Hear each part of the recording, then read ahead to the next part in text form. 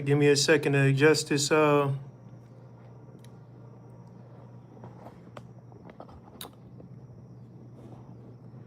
Give me a second to adjust everything. Having technical difficulties on the StreamYard, so I had to just go straight live right here from YouTube for some reason. So I'm not exactly sure what happened, but give me a second while I share it.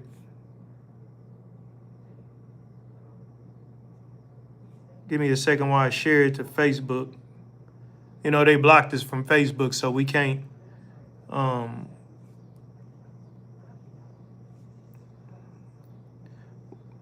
go live from Facebook right now.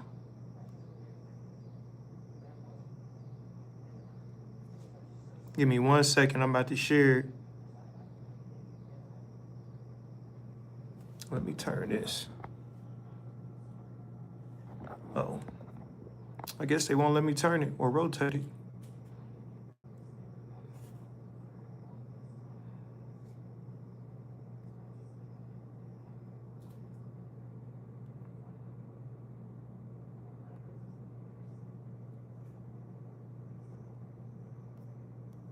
All right, give me 1 second.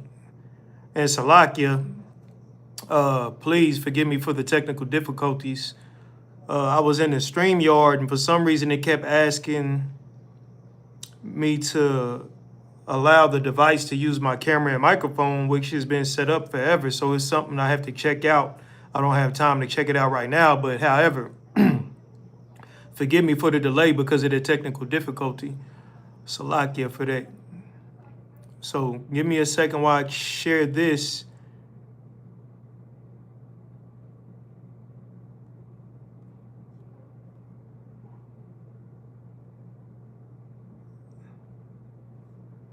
And I gotta delete these as well. Hold on, it's tripping.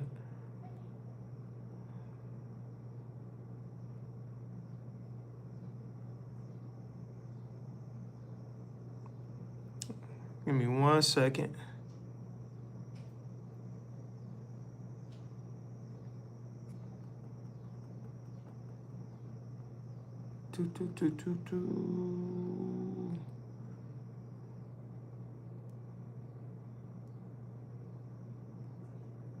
All right, there we go.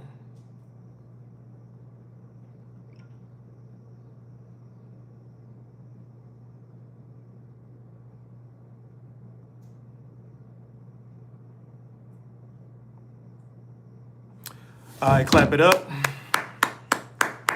And once again, Salakia, excuse me for the, for the technical difficulties, even though it's not my fault, but, it caused me to start class, dang near half an hour late because of the technical difficulty.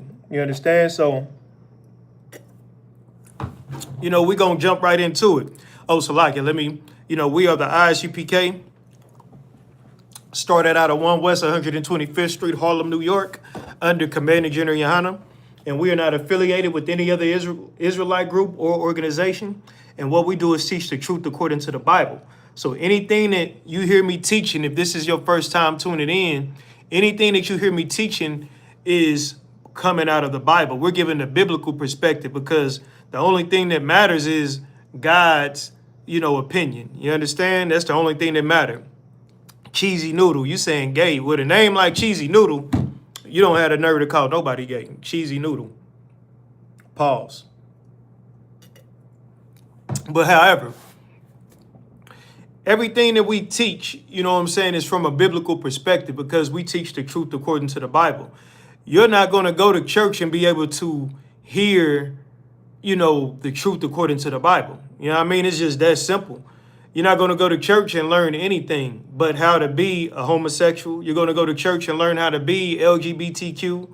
You're going to go to church and learn how to be a transgender.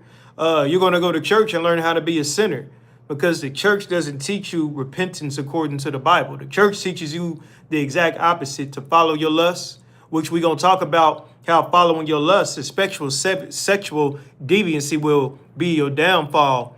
And it is a lot of people's downfall. Here in America, in this white, so-called white society.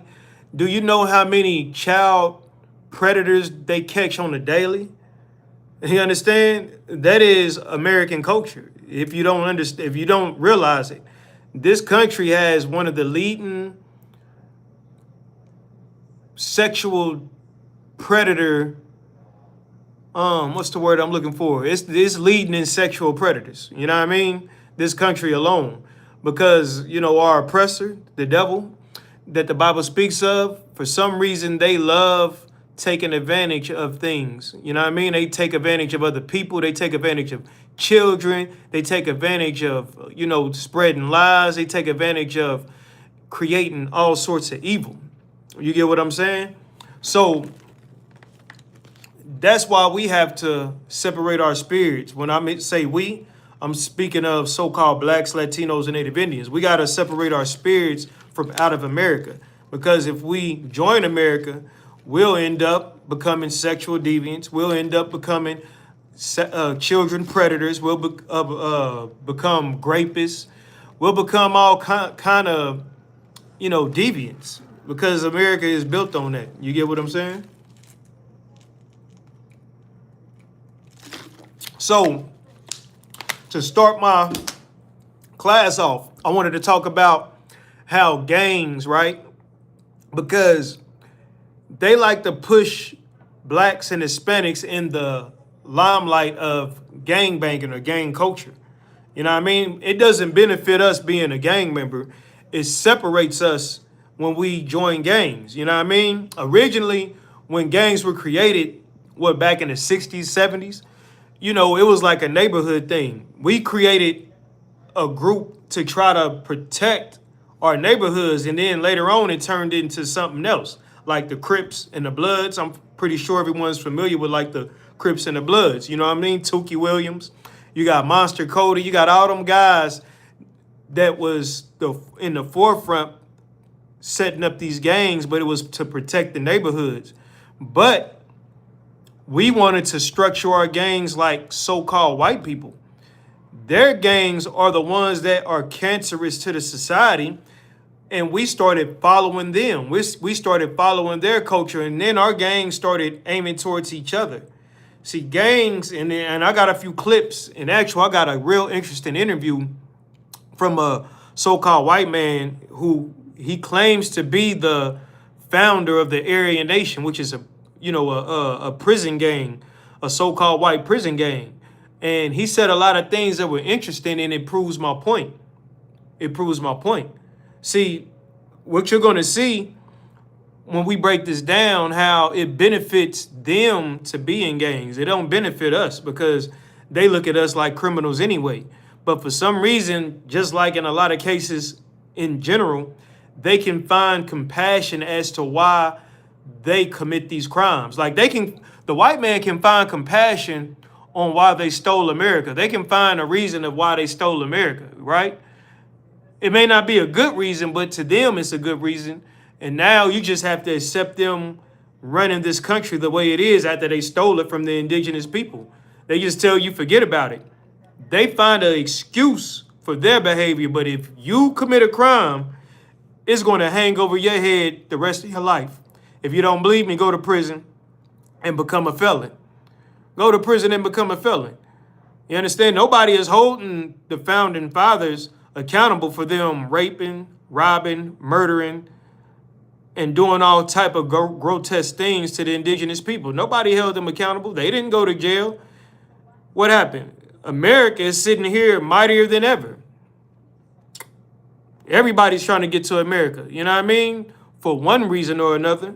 But however, nobody is charging the oppressor for their crimes against anyone in the earth. But let it be another 9/11, right? They're not going to forget 9/11, but they'll tell you to forget about the transatlantic slave trade.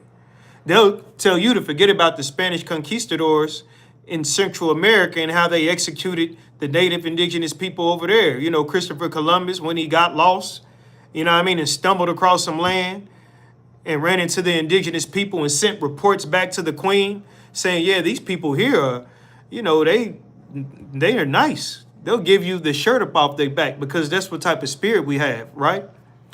they'll find an excuse for their behavior. But for you, if you a Negro, if you a nigga, right?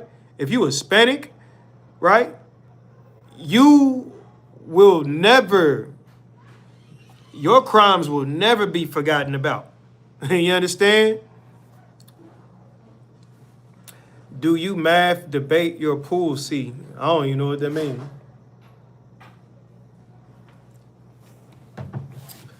Do you math debate your pool? What I will tell you is the oppressor is the devil that the Bible speaks of. I believe that. I do debate that. You understand? The oppressor, you know what I mean? The wicked who are ruling the earth, the one that is in charge of the people that are in charge of this country, are the devil that the Bible speaks of, according to the Bible. So I do debate that. So let me start rolling this footage on this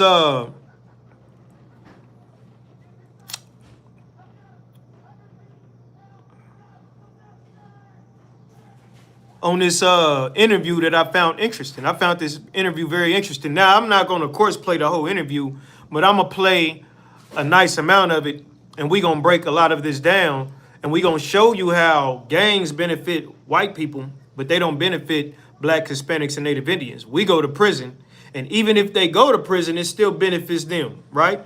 And it doesn't benefit us. You understand? So we're going to break this down. Let me turn it up, and I'm just going to hold my phone up and let y'all see like this, since I couldn't get my device working correctly. So y'all just bear with me, and we're going to do it like this. The reality is that the gangs still control California prison systems. The brand's #1 currency is violence. You will not find another organization who is more violent. I've been shot 22 times total, but I was at Folsom probably 12 times. There was an attempt to kill me, and that escalated into me smuggling a .38 Smith & Wesson into the institution. I had an individual who got unruly, and I had to put him in the hospital. I wouldn't stop until I was finished with what I was doing. Once the retaliation starts and life is taken, it's a life for a life, or 3 lives for a life. Michael Thompson is one of the former leaders of the Aryan Brotherhood, the most ruthless, violent prison gang in the United States. In the early 1970s, Mike was convicted of a double homicide and sent to Folsom State Prison. By the time he got transferred out in 1978, he was making almost $4 million a year just off prison rackets alone. Drugs, liquor, loan sharking, even prostitution. He had the guards and the warden on his payroll and helped transform the Aryan Brotherhood from a small, disorganized prison car into a fully fledged criminal empire. Mike exposes this. Now, right there, just right there in the beginning, how many Negroes do you know that go to prison and can start a criminal enterprise and make $4 million a year? Big Meech, one of the biggest so-called Black drug dealers in history that ran BMF, or the Black Mafia family, they said he was making a crazy amount of money. I mean, hundreds of millions of dollars, right? Outside of prison. That nigga went to prison and came home, and you see his head and his sideburns. He came home looking weird, and his son is acting, lost money, and they don't have all that money no more. You know what I mean? So how do you go to prison, start a gang, and you're able to make $4 million a year? What Black gang, Hispanic or Native Indian gang do you know is doing that in prison without the help of the oppressor?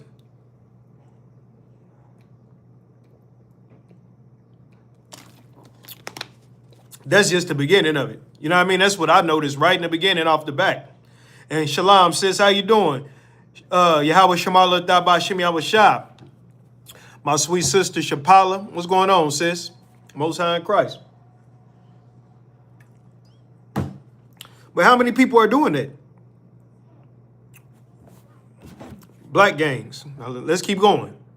secrets of the mythological Aryan Brotherhood, reveals how it's changed from his era to the modern day, and how it continues to be the smallest yet most powerful criminal organization, not just in California, but throughout the entire federal prison system as well. After nearly 40 years behind bars, he is finally free and here to tell his story. Make sure to grab his autobiography, the first of a 3-part book series. We'll put a link to that in the description below, and check out a Patreon bonus episode that we did with him over at patreon.com.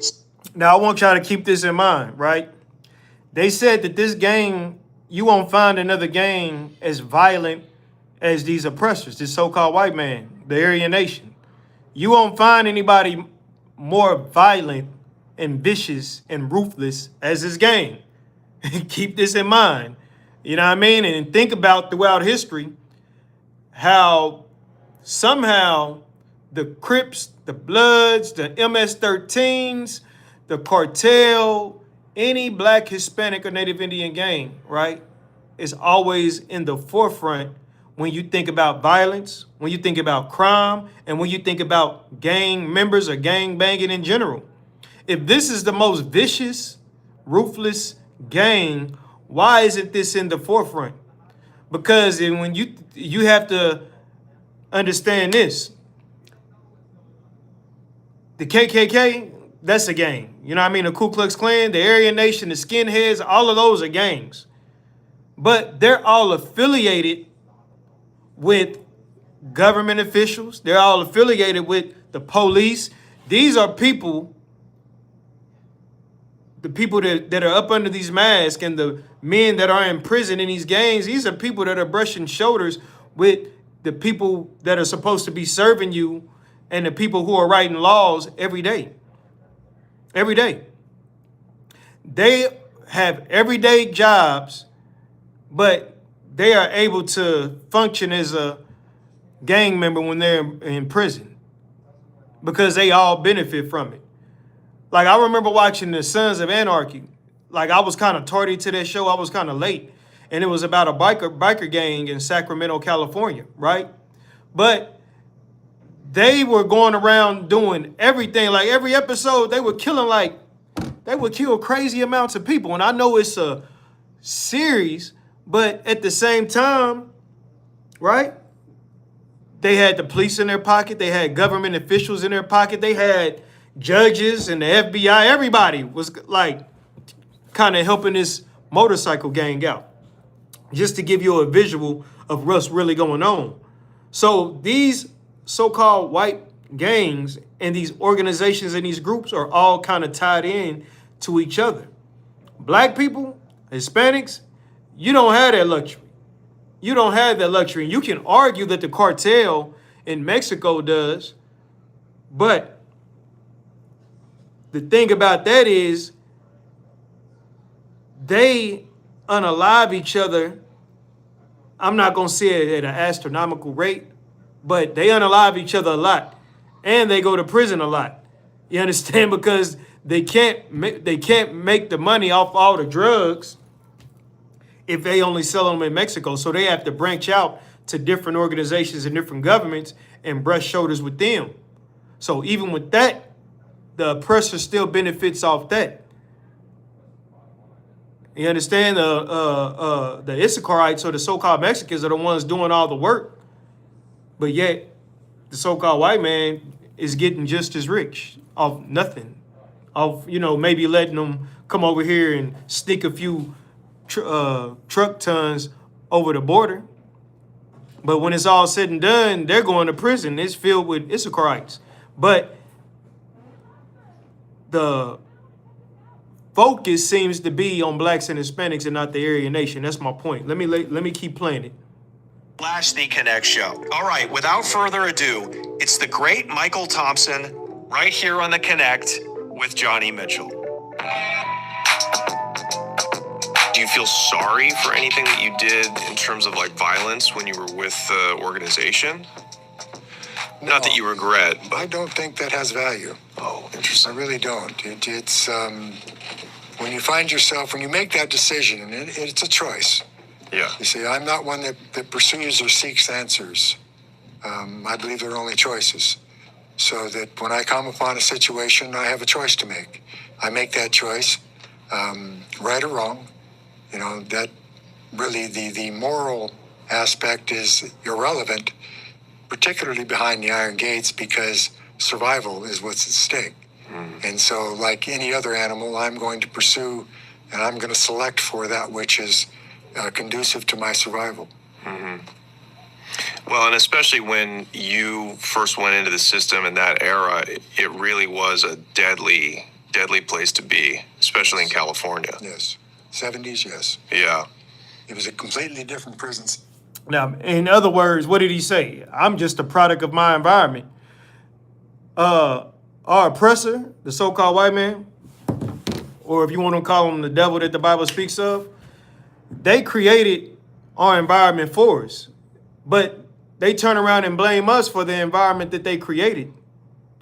You know, they throw rocks and hold their hands, and then they blame us for the conditions that they put us in. We shouldn't have to repeat that. No black or Hispanic has laboratories where we're creating these drugs, where we're mass producing these drugs that you're pumping inside of the communities, getting people addicted.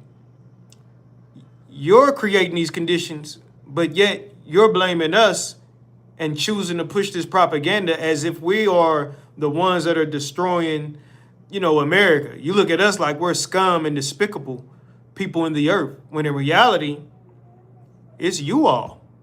It's you all. You all are the problem. And when I say you all, I'm talking about the oppressor that started America, right? We built America, but you all established America through the transatlantic slave trade, through your forefathers' sins and crimes. Let me keep going. Let me fast forward a little bit.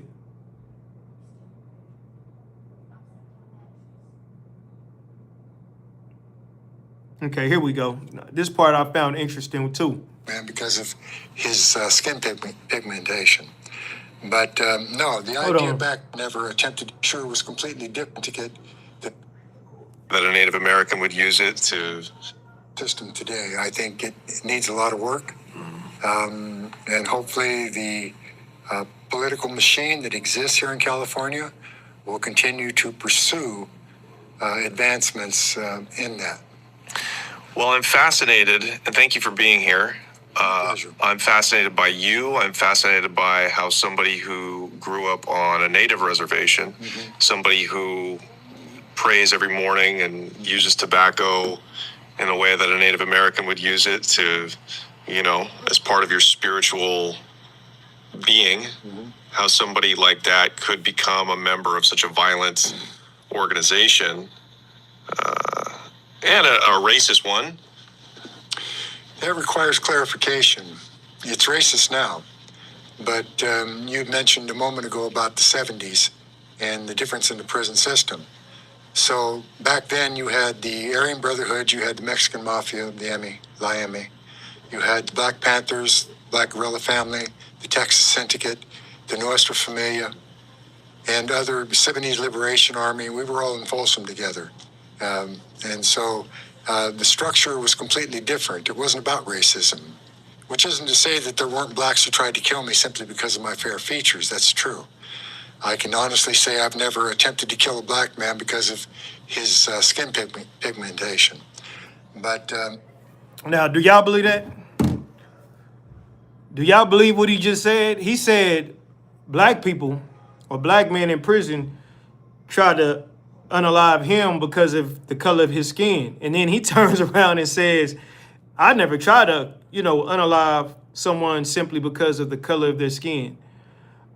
If you know prison politics, everybody knows it's all about race and the color of your skin. You wouldn't go and create a gang affiliated with anything to do with Aryan Nation or the swastika if you wasn't focused on race. And this is why we say, the oppressor, they speak with a forked tongue, right? You're going to sit here in this interview and say that it had nothing to do with race, while you maybe unalive so-called blacks, but yet you established your gang affiliation with the Aryan nation. Somebody make it make sense. I found that very interesting that like he just talked himself in a full circle and trying to deceive people. Like, it is what it is. You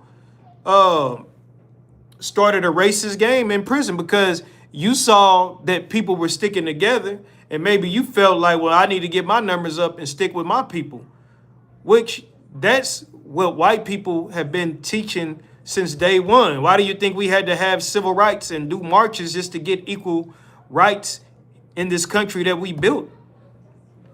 You get what I'm saying? So, like, they shouldn't be so, he shouldn't be so deceptive with that. And another interesting thing is this oppressor grew up on an Indian reservation.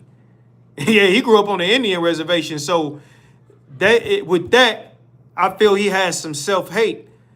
So he probably doesn't feel he's as strong as the normal so-called white people because he had to grow up around these savages. But at the same time, they took care of him. You get what I'm saying? So let me keep playing it.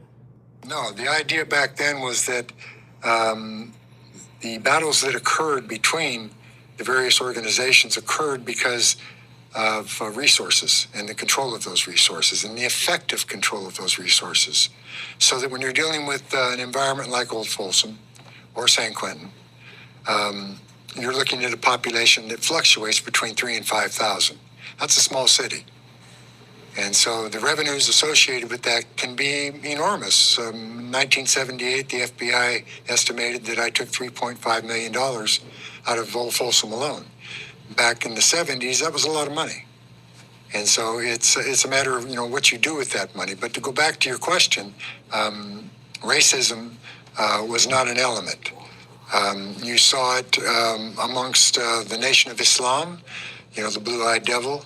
In some capacity, you saw it with the Black Guerrilla family in some capacity. Black Panthers were more progressive in their thinking. They were actually the first ones that attempted to recruit me. And so that was kind of interesting. For sure. Yeah. So, the idea of the Aryan Brotherhood back then being... So let me so that was let me pause it right there. Now, you heard what this oppressor said. While we think in our minds, or at least when I was young, when you think of Black Panthers, you see all the photos with the afros and them holding up the fists. They got on the all black, looking hardcore. They got the straps out. But they were trying to recruit, and they did recruit other people in the organization. And when I say other people, other races, other nations of people, the Black Panthers. He said the Black Panthers were thinking more progressive. So the Black Panthers really were no different than MLK. Like, that was his dream, that all nations hold hand in hand, right? But you assume that the Black Panthers are like, pro-black and rebellious in a sense to where they not going that route. Like, I look at the Black Panthers as like, this is supposed to benefit us. But, there's tons of reports to where, they was, sleeping with white women, and they did have spies and agents inside of the organization. Some were black and some of them wasn't black. I think it was a Chinese man that was a spy, and he was a Black Panther, some Moabite, and he was a Black Panther.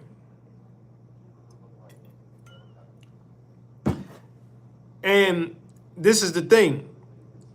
We shouldn't be trying to join gangs if you're Black, Hispanic, and Native Indian. The Bible commands us in Zephaniah chapter 2.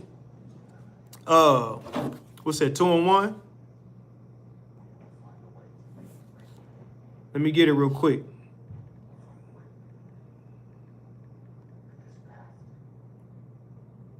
Let me get it real quick.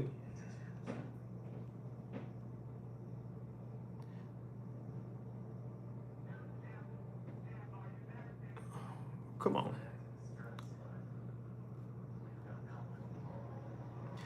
Zephaniah chapter 2, verse 1. Gather yourselves together. Yea, gather together, O nation not desired.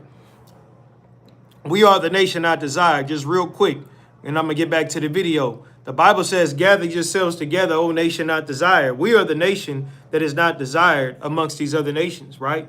That's why we are leading in all the prison houses. That's why we fill up the prisons, because we're the nation not desired.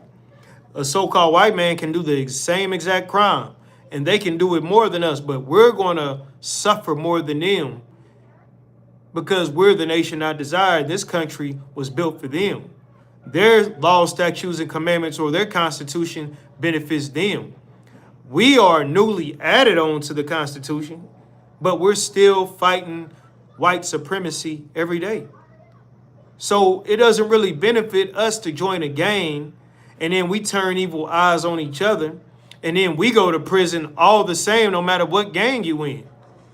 They can join a gang in prison and still have ties to political parties, have ties to the police, have ties to the COs, the government officials. They still have ties to that.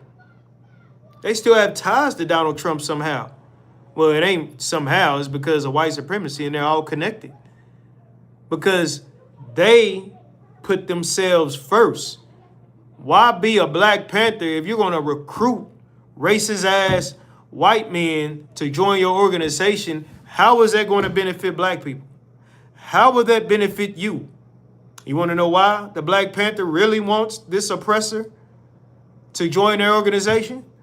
So they can get high, so they can get drugs, so they can get a plug, so they can get a way to be on BS while they in prison.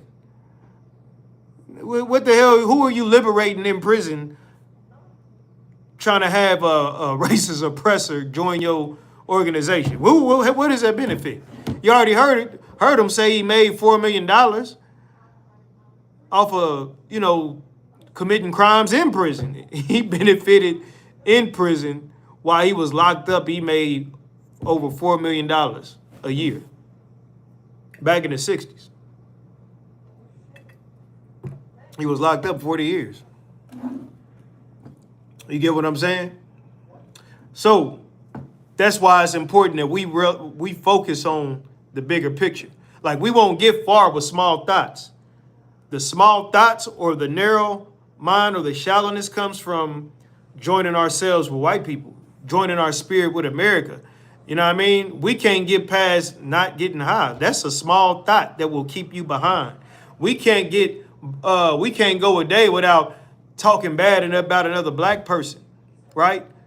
We can't go a day without, throwing up the set, whether you a Crip, whether you a Blood, or whether you from the North, or I'm from the South, or I'm from the West Side. We can't go a day without putting down our differences or realizing the big picture, because all that is just a small thought. Those small thoughts keep us in a bad space. Now, if the Lord is telling us to come together, but we're not willing to sacrifice a street name or a street corner or a neighborhood that's named after some white man, we're not willing to put that away, how are we ever going to have favor from the Most High? How are we ever going to be on his good side if we're not willing to sacrifice that? I know there's violence that goes on in the hood, in the street. I know brothers have lost their name, or Salakia, lost their lives for the sake of the sect. I understand that. But listen, it was a so-called Black man by the name of Jesus Christ. He laid down his life for niggas he ain't even know. For sets he ain't never heard of. But yet, everybody go to church and everybody claims to love Jesus. But nobody loves what he did. Nobody loves what he did, because if you love what Jesus did, guess what you would do? You would do what Jesus did. You would lay down your life for your nation, whether you know them or not. But in order to do that, you have to focus on what is bigger. And what is bigger is what the Most High God wants, not what we want. We want to, just get rich, rep our hood, stay fly, get high, You know what I mean? Find the best drugs, smoke the best weed. That's what we want to do in our lustful flesh. But those desires don't benefit us as a nation. It keeps us separate. And it's the reason why we have situations in the streets like Carmelo Anthony, like Nolan Wells. You understand? That is what is keeping us from rising and coming up over our oppressor. Because we won't come together as the Most High God commanded us to. And then we don't even realize that we are still the nation not desired. But I give us props, though, for real, because we are waking up and realizing, because I see it on TikTok all the time. I see it on social media all the time that we are realizing these other nations don't really fool with us. They don't really rock with us like that, right? And I'm starting to see a lot of black people even realize that with the Africans. Because the Africans sold us into slavery, but I'm seeing more brothers and sisters waking up. So, come ye together, O nation not desired, before the decree bring forth, before the day pass as the shaft, before the fierce anger of the Most High come upon you, before the day of the Lord's anger come upon thee. So the Lord is telling us to come together before it's too late, before his anger and his judgment comes and allows us to be destroyed. We don't want to be judged by the Most High. Let me keep going real quick. Kind of interesting. For sure. Yeah. So, the idea of the Aryan Brotherhood back then being a white supremacist group, no, that's not true. It is now and has evolved into that, by way of infrastructure and subculture and otherwise. But no, I was initially, the recruitment process from the Aryan Brotherhood with me was facilitated by T.D. Bingham. Now, I find that hard to believe as well, right? I find that hard to believe as well. Because why didn't he recruit, any other races? Why was it all white people?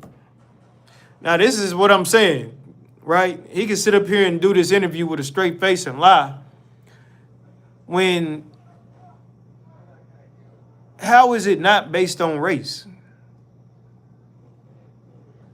How is it? How is it not based on race? I don't know. I'm gonna let the oppressor keep going. And I like the hell out of TD, still do. But I declined his offer. And it wasn't until 4 Native American members of the Aryan Brotherhood approached me and told me, said, look, brother, we live better in here than we ever did on the res. We know you're an old res dog. And I said, you're right. I said, but explain that to me. What do you mean? And so they did, Now, he's saying that he had 4 Native American brothers, he calls them brothers, in the Aryan Nation back then. Right? I don't believe those are real natives. He grew up on the reservation and he's not no damn native. But, the oppressor will claim to be something when it benefits them. You get what I'm saying? I hear oppressors all the time say that they're native, or they say that they have native in their blood, or they have, they're Cherokee. We done all heard that, you know what I mean? And we all know that comes from them lying, and that's where the term $5 Indian comes from. You can Google that. But them lying, but they always play that role when it's beneficial. You get what I'm saying? They want to claim, or it's cool to be on some, on that type of time when it is until it ain't. You get what I'm saying? So he talking about he had 4 Native American Indians in the Aryan Nation, and they talking about all the, the whatever prison politics that they got going on. I find that very hard to believe. But, let me play devil's advocate real quick. Let me Now, what if they were Native Indians, right? They are up under this so-called white man. They're up under him because he started the game. So he's going to use them just like all oppressors use, Israelites for their benefit. So he used them and then it probably grew. And then he said eventually it transformed into something racist. But this should be a warning to us. Why do we think that our oppressor, the so-called white man, would ever change? Like, a tiger can never change his stripes. You know what I mean? A leopard can't change his spots. You cannot stop iron from rusting. Nor can you stop our enemies from being wicked. It's a guarantee. You understand? So, I don't know. I don't believe that. I don't believe that. I don't believe that they was native. This dude right here, he's up there in age. But one thing for sure, he don't forget he no damn racist. I guarantee that. Let me keep going. Of two stills, we've got control over what most people refer to as concessions. So that would be commodities, in some capacity. Booze. Very lucrative. Prostitution, drug trafficking. Alcohol. Oh yeah, certainly alcohol. That's a big factor. I've talked to people that said can be enormously profitable. It is. Behind the wall. Yeah, especially if you have a still. And in Old Folsom, we had a still in the kitchen, and it was very effective. And then we had another still so that we could double. So, let me find this other part before I jump up off this. 180,000. So that makes a big difference in the dynamic that we're talking about. Where races don't interact, and there's control over that for the purposes of controlling your race, because of the revenues generated through that. Right. You see, if you allow another race to usurp that, then that's usually where the problems begin. So the racial segregation is really a practical means of controlling the rackets. It always has been. Yeah. Anytime that you look at race. Now, did you just hear what he said? Did you just hear what he said? The race is to control the resources. Who is more resourceful here in America? What nation of people is the most resourceful people here in America? And you mean to tell me it's not about race? He is just spewing white supremacy covered up in a gang. You get what I'm saying? Control the resources. We win. And if we can control the resources, we control everything else. We want to be in charge of the resources. And that's why the Bible says, never trust thine enemy. Oh, it's not about racism. It's just about controlling your race so we can have the most resources. Or did I hear that wrong? Can someone online correct me? Did I hear that wrong? But I don't think I heard that wrong. You understand? So when we think about joining a gang, the average young so-called black or Hispanic, when they join a gang at the age of 12, 11, some of them. I done heard people say that they join gangs at 9, 10 years old. At that age, right, are you thinking about, in black and Hispanic gangs specifically, are you thinking about the resources in your community and how you can obtain the most resources?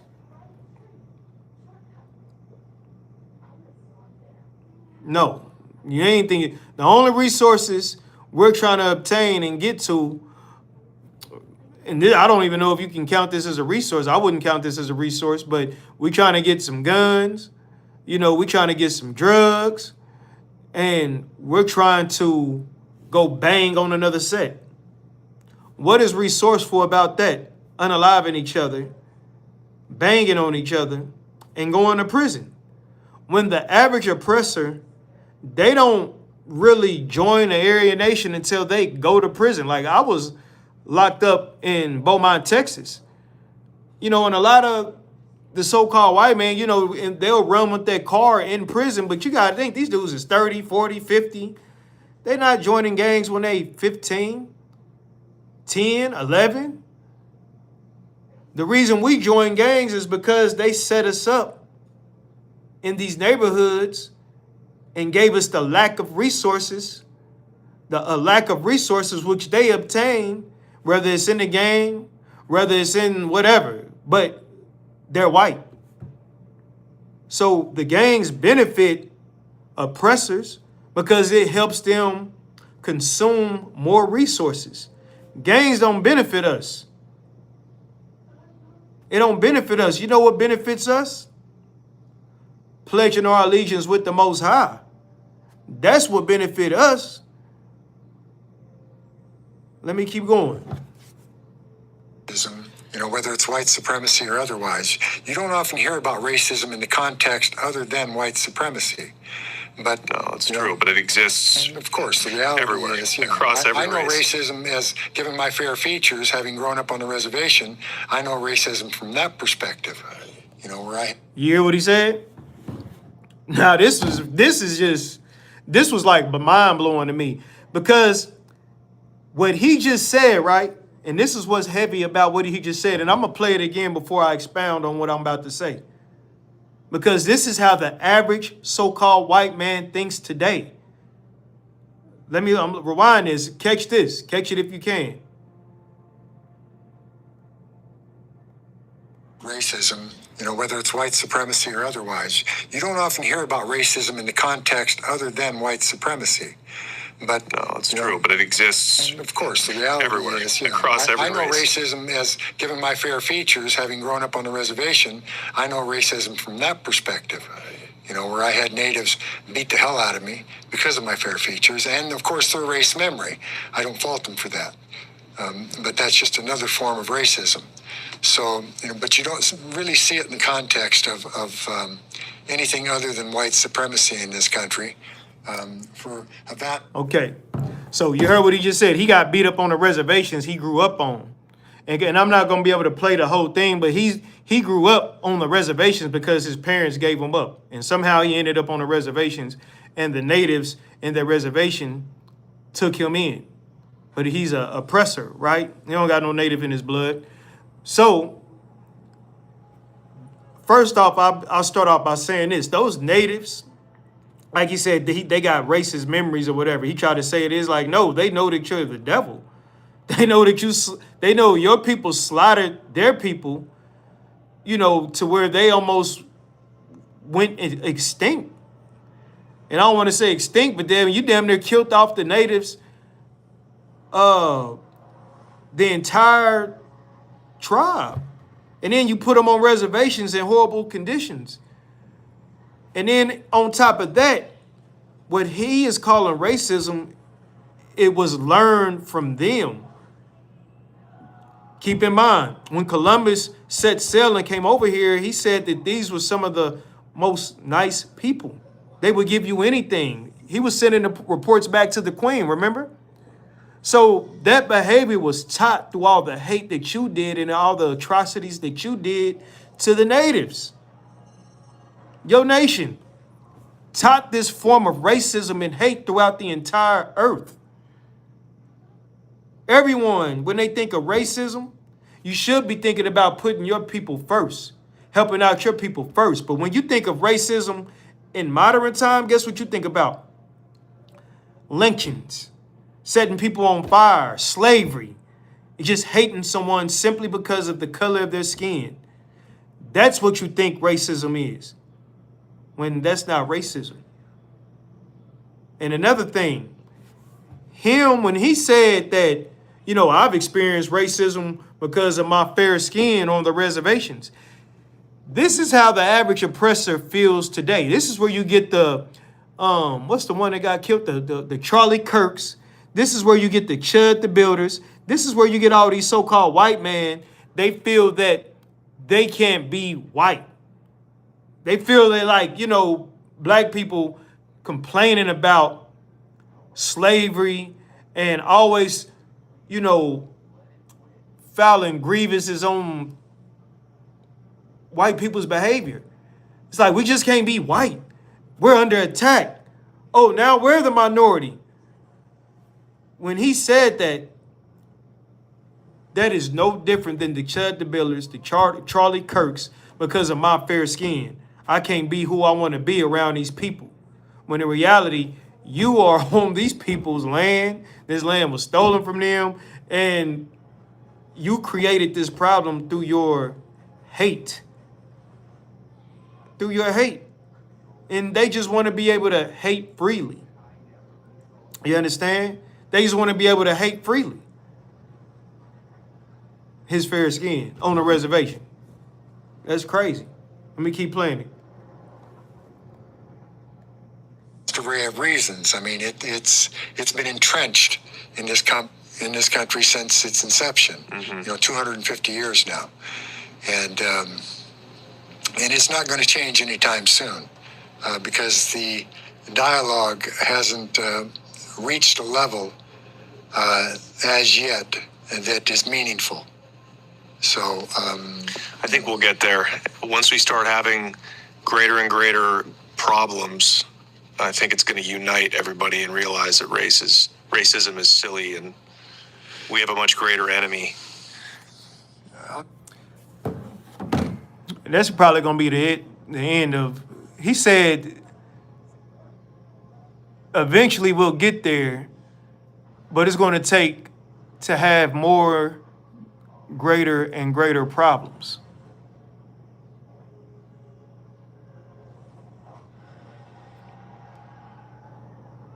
It's going to take more problems, greater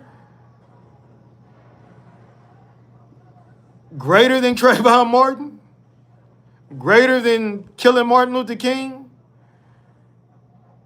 greater than Carmelo Anthony, greater than slavery, greater than the millions of lives lost in the transatlantic slave trade,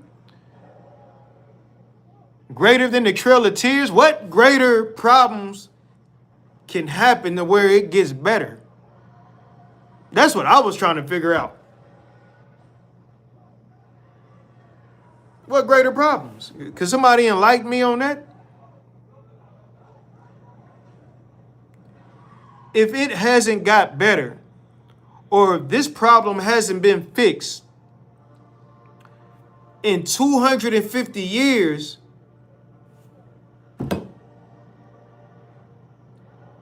come on. What the hell are we talking about? Now, you just heard this from so-called white people, the oppressor. And this is why the ISUPK under Commanding General Hunter, this is why we say the oppressor is the devil that the Bible speaks of. Because after 250 years of our people suffering under the hands of the oppressor, what more problems will it take for things to get better? To me, if we can't see that as a problem, what he just said, we already in a bad, we in a bad place already. But if it wasn't for the Bible, right? If it wasn't for the Most High sending his son, Yahushua, to redeem his people, right? And to bring justice to his nation of people, right? We would see those problems. But our oppressor has a day coming. Believe that. The so-called white man has a day coming. Right? And the sister says they don't see a problem because they are benefiting. Give the sister a hand. Give Chapala a hand. And that's what it all boils down to. Do you really feel or think in your mind our oppressor wants us benefiting on an equal playing field, on equal ground? Of course, I will tell you it's going to get better too. Oh, it's going to be all right. It's going to be all right. If somebody's sucking you dry and you're the reason they're getting fed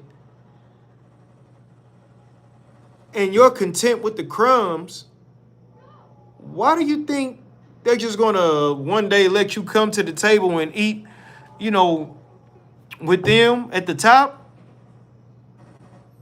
We have more hope in our oppressor. We have more hope in America, this country who mutilated our forefathers and foremothers, this country who has showed us time and time and time again we are, inferior to them, from their perspective.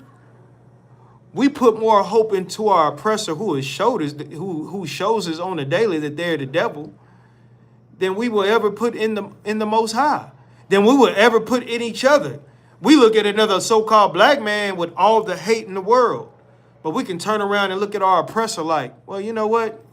This is just Rick from from my job. He can dance. He can come to the barbecue.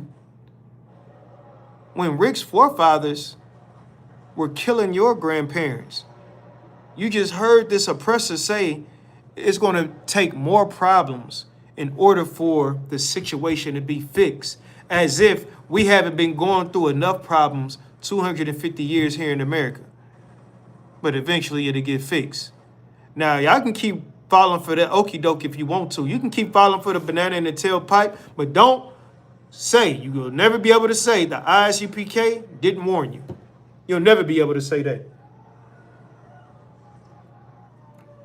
Never. Never. Like the sister says, they don't see a problem because they benefit. They benefit from it. They benefit from us, marching in the middle of the street singing, "We shall overcome." Because that is what's going to keep us encouraged to fight to be equal. And in the midst of us fighting to be equal, guess what? We giving them every dollar. We going to all their stores. We wearing all their clothes. We celebrating all their holidays. And then they still can turn around, be racist, and throw you in jail, unalive you, and still be able to fulfill their evil lust.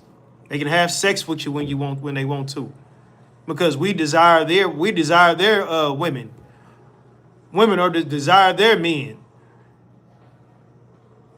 And then they can unalive you. They can take you out on a boat trip, and then you'll never come back to your parents. And then nobody knows a damn thing because you was the only black person there.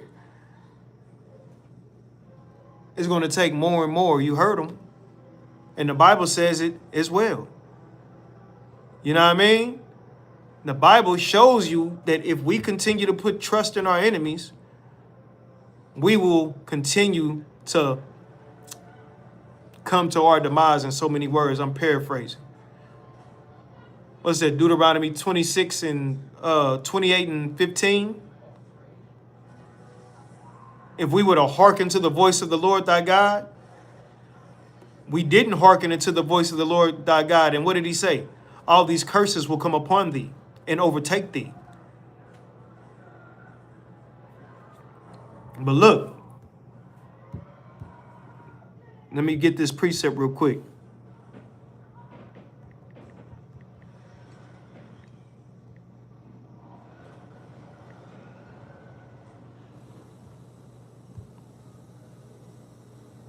And this is Revelation chapter 13 and 10. And this is where the blacks, Hispanics, and Native Indians, this is where we're going to get our justice, from Yahweh, or who the world ignorantly calls Jesus Christ. This is how our justice is going to come through the earth. So while MLK, while Al Sharpton, while Tyler Perry, and while all black leaders are telling us that we have to pray and love so-called white people, that's not what the Bible teaches.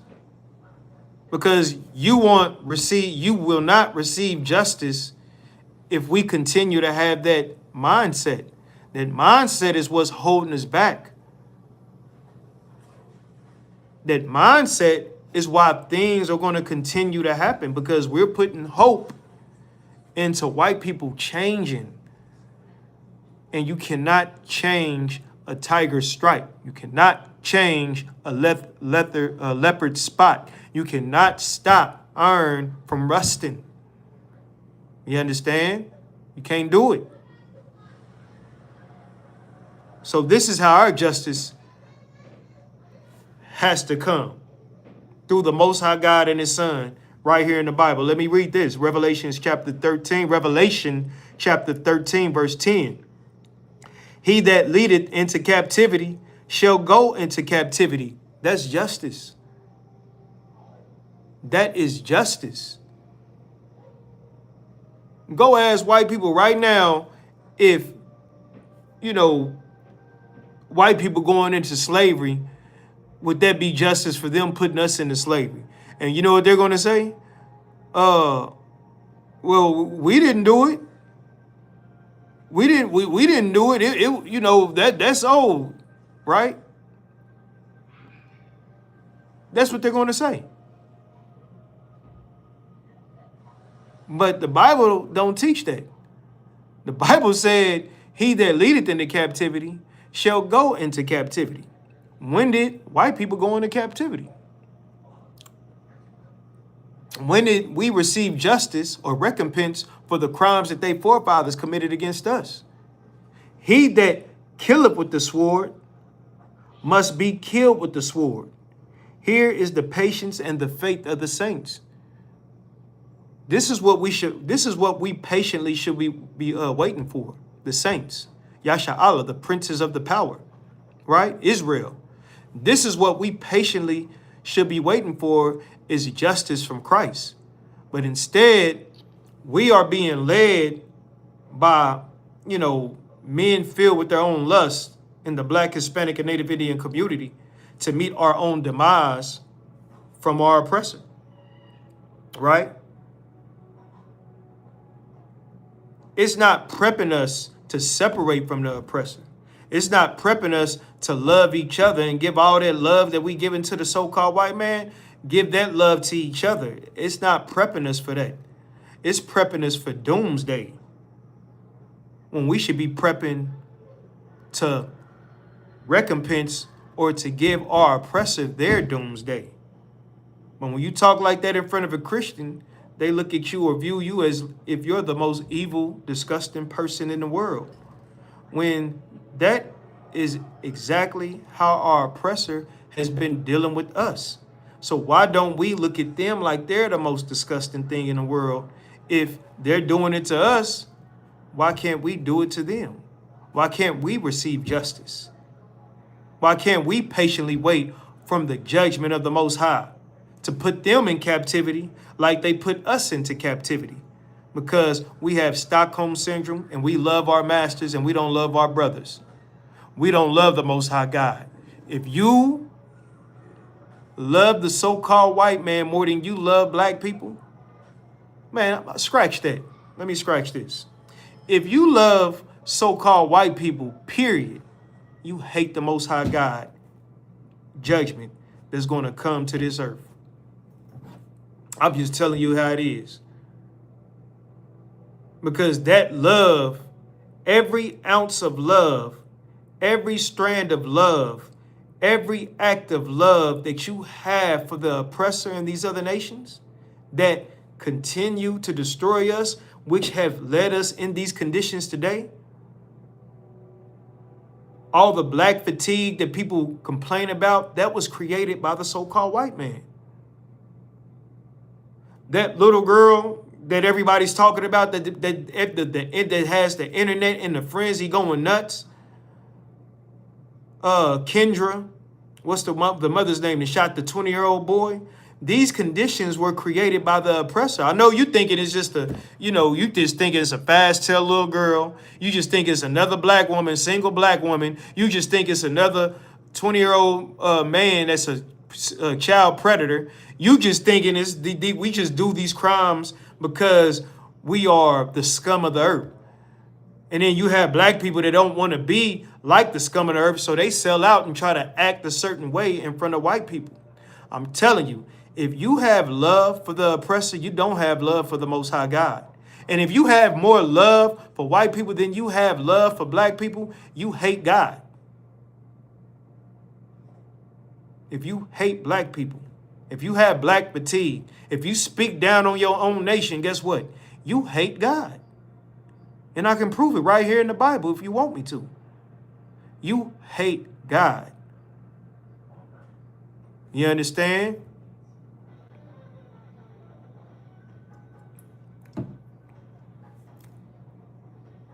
The sister said, when do we get past the Stockholm Syndrome or claims of? We get past the Stockholm Syndrome, sis, when we come back together as a nation, like it says in Zephaniah chapter 2, verse 1.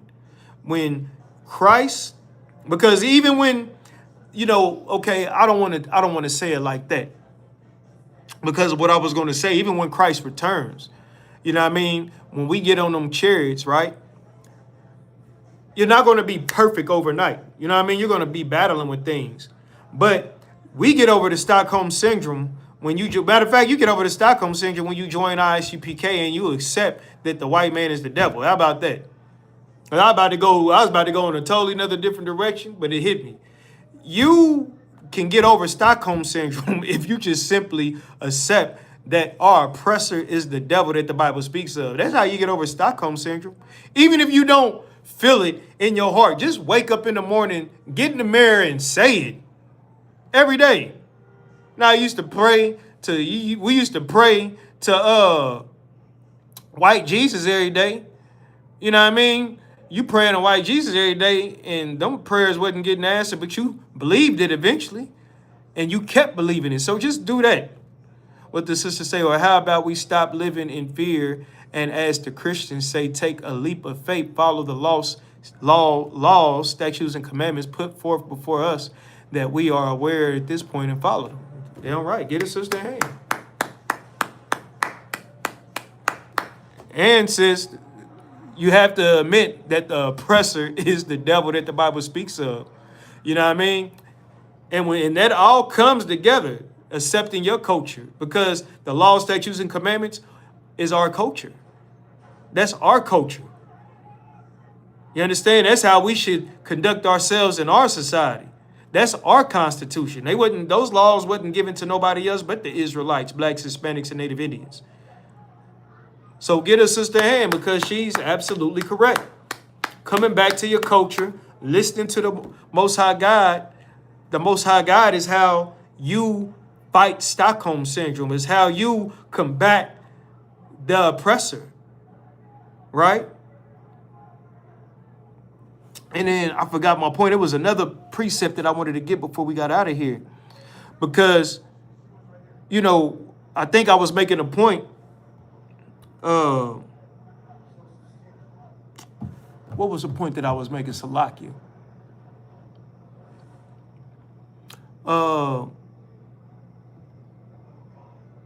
Let me see if I can find it.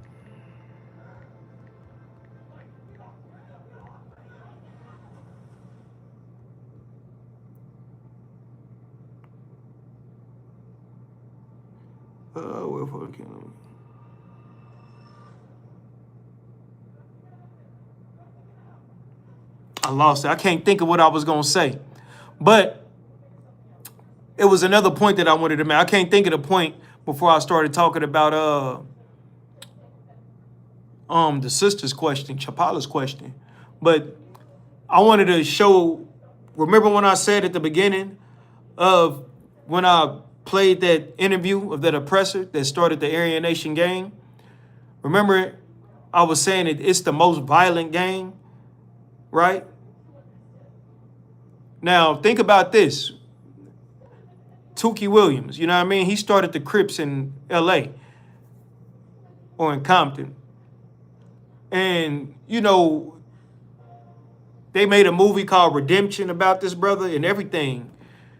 And this oppressor started a gang in prison that was deadly, the most ruthless gang, and he was able to come home. I want to show you how gangs benefit them. He was able to make millions of dollars every month. Tukey, which had a movie called Redemption, I believe Jamie Foxx played the character, right? He wrote books on peace and how what he started accepted that it was, you know, it wasn't a good thing. And he still got killed. You know what I'm saying? They still, you know, unalived him in prison. You know what I mean? Death row. But this oppressor can come out and tell his story, a whole bunch of goddamn lies, and his gang is still thriving today. So I just wanted to show blacks, Hispanics, and Native Indians that these gangs mean us no good. That is white people's culture. I don't give a damn if you know, I know where the Crips, the Bloods started, the BDs, the GDs. I know they were started by so-called blacks. But we are mimicking or behaving ourselves after our oppressor. That's all we doing. And it doesn't benefit us. Right? And I remember my last point. Let me get this precept. Let me get this precept real quick.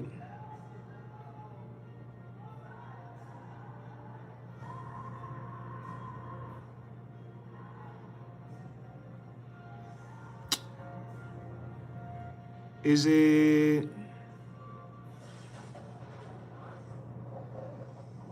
Because I wanted to show you, if you don't, right? If you love your oppressor, you hate God. And if you hate black people, you hate God, right? I'm going to get there real quick. Y'all should know where I'm going.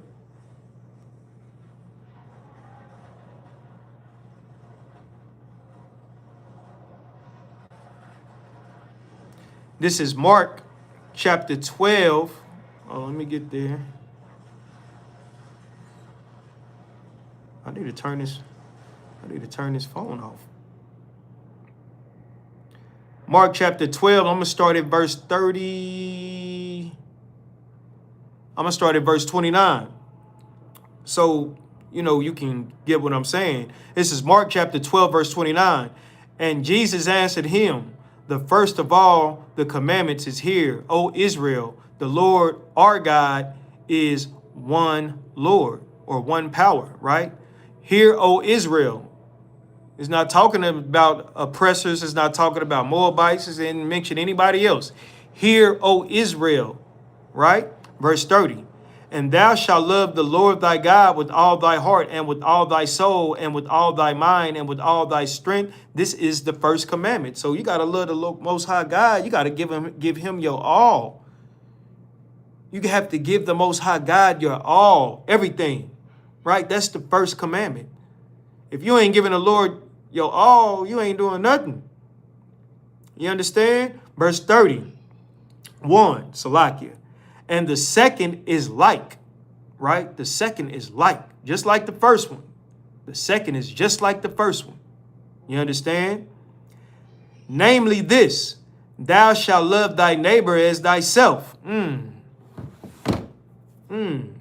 So all these Negroes that are hopping on TikTok and social media, jumping on a bandwagon with oppressors, talking about you got black fatigue, or you out in your own nation, as if the oppressors didn't create these conditions for your people to think like this. You hating on your people with the nation of people that destroyed your people. You don't love your brother like you love yourself. You might be successful. You might have your house in order, but being black, a so-called black person, you should know the obstacles you had to go through to obtain the straight and narrow, whatever you want to call it, to have a successful household. You should know firsthand, right, the obstacles that your people are suffering up under. But instead, you make it somewhere and you're like, man, oh, these niggas ain't gonna get it. I got black fatigue. I'm tired of these niggas too. I'm tired of these brides twerking all day. I'm tired of all the weed smoke. I'm tired. Guess what? I'm tired of it too. But I'm not tired of it enough to where I'm going to shit on my own people. I'm going to hate on my brother. I'm going to join the oppressors campaign to slander my nation of people. Oh, I'm a good nigga. Im's a good nigga. And them's over there, them's bad niggas over there. Look at him, he's sagging. You know what I mean? He got them braids in his hair. He's smoking that weed. Horrible parents. But how can we forget the ones that put us in these conditions in the first place? How can we forget that they put crack in the neighborhoods? How can we forget that they dropped off crates of guns, automatic weapons? How can we forget they took our resources and discriminated against us so long? They played, warfare mind games. They conspired against us in a way we wouldn't even prepare for, to where we still blaming ourselves. We still blaming other black people. And we have yet to blame the oppressor for everything they continue to do to us since they brought us over here to this country. Like, that's wild to me. That's wild to me. You understand? Let me keep going. And thou shalt love, Salakia, verse 31. I'm going to start from the top again. And the second is like, namely this, thou shalt love thy neighbor as thyself. There is none other commandment greater than these. The Bible said there's no other commandment greater than these. And that's why I read verse 29 first. The first of all the commandments is, hear, O Israel. So you can't have it in your mind that your neighbor is anyone outside of Israel, because this is who the Lord is talking to. Israel. And who makes up the nation of Israel? Blacks, Latinos, and Native Indians. If you ain't loving your brother like you love yourself, if you're not rebuking your brother at any cause when they're going off, you don't love your brother. So guess what? You don't love God. Because if you're not going to give your brother your all, what make you think you're going to give God your all? Nigga, you ain't focused on the people down here. You supposed to be loving as yourself. But all of a sudden, you're going to bypass them and you're going to love the Most High? Yeah, okay. Yeah, okay. You hate your brother, you hate God. Point blank, period. And with that, that's my time. Shalom, Yahweh, Ba'ashem Yahweh Shah, Brakabdom to the brothers. Shalom, Yahweh Shema, Elatah, Ba'ashem Yahweh Shah to the sisters. Next week, 7:30. I'm going to try to get started on time. Technical difficulties with the StreamYard. I have no idea what happened. But we're gonna get all them kinks and bugs up out of here. This is your first time tuning into the class. Please like, share, subscribe. Hype it up. Whatever you got to do to push this in the algorithm. Whatever. If you want to get on here and it was some nut on here just calling me gay for no reason, you can get on here and call me gay. You can get on here and say whatever the hell you want to say. Just help this truth get through the algorithm. I'll let the Lord deal with them little weird battles. But yeah, shalom.